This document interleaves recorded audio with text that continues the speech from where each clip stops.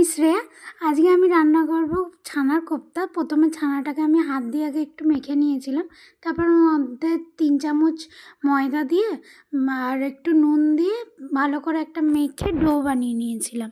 তো ওই ডো থেকে আবার একটা ছোটো ছোটো করে বল বানিয়ে নিয়েছিলাম, কারণ হচ্ছে ছোটো ছোটো বল বানালে কি ভালো করে ভাজাও হবে আর খেতেও ভাল লাগবে।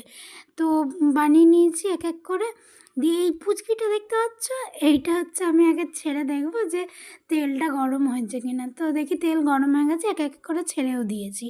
তো তারপরে ছেড়ে দিয়ে আমি আঁচটাকে একটু কমিয়ে দিয়ে ভাজছি, কারণ যাতে পুড়ে না যায়।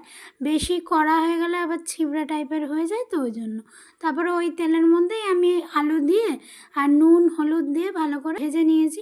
ভাজতে ভাজতে আমি মশলা করতে গেছি, এরকম অবস্থা করে দিয়েছি পুরো, চারদিকে ছিটিয়ে দিয়ে। মধ্যে আমি পেস্ট করছিলাম আদা আর টমেটো, আর এই আদা টমেটো পেস্টের মধ্যে একটু জিরে গুঁড়ো আর হলুদ গুঁড়ো আর লঙ্কা গুঁড়ো দিয়ে হালকা একটু জল দিয়েছিলাম, দিয়ে একটা পেস্ট টাইপের বানিয়ে নিয়েছিলাম। দিয়ে আলুগুলো দেখি ভাজা হয়ে গেছে, তারপরে উঠিয়ে নিয়েছি আমি আলুগুলোকে। দিয়ে ওই তেলের মধ্যে একটু গরম মশলা দিয়ে, গোটা গরম মশলা দিয়ে ওই মশলাটা যেটা পেস্ট বানিয়েছিলাম ওটা দিয়ে ভালো করে নাড়িয়ে নাড়িয়ে আমি একটুখানি কষিয়ে নিয়েছি। তারপরে একটু নুন দিয়ে দিয়েছিলাম, দিয়ে দেখি তেল ছাড়তে আমি ওর মধ্যে দিয়ে দিয়েছিলাম আলুগুলো দিয়ে একটুখানি নাড়িয়ে চাড়িয়ে নিয়েছিলাম। দিয়ে নাড়ানোর পরে আমি ওর মধ্যে ঢেলে দিয়েছিলাম জল।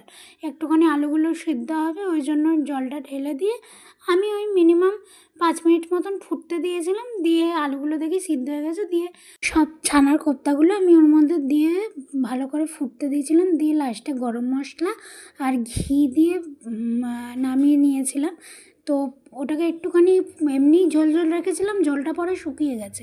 আমার যদি ভিডিওটা ভালো লাগে প্লিজ লাইক কমেন্ট শেয়ার আর ফলো করে যাও।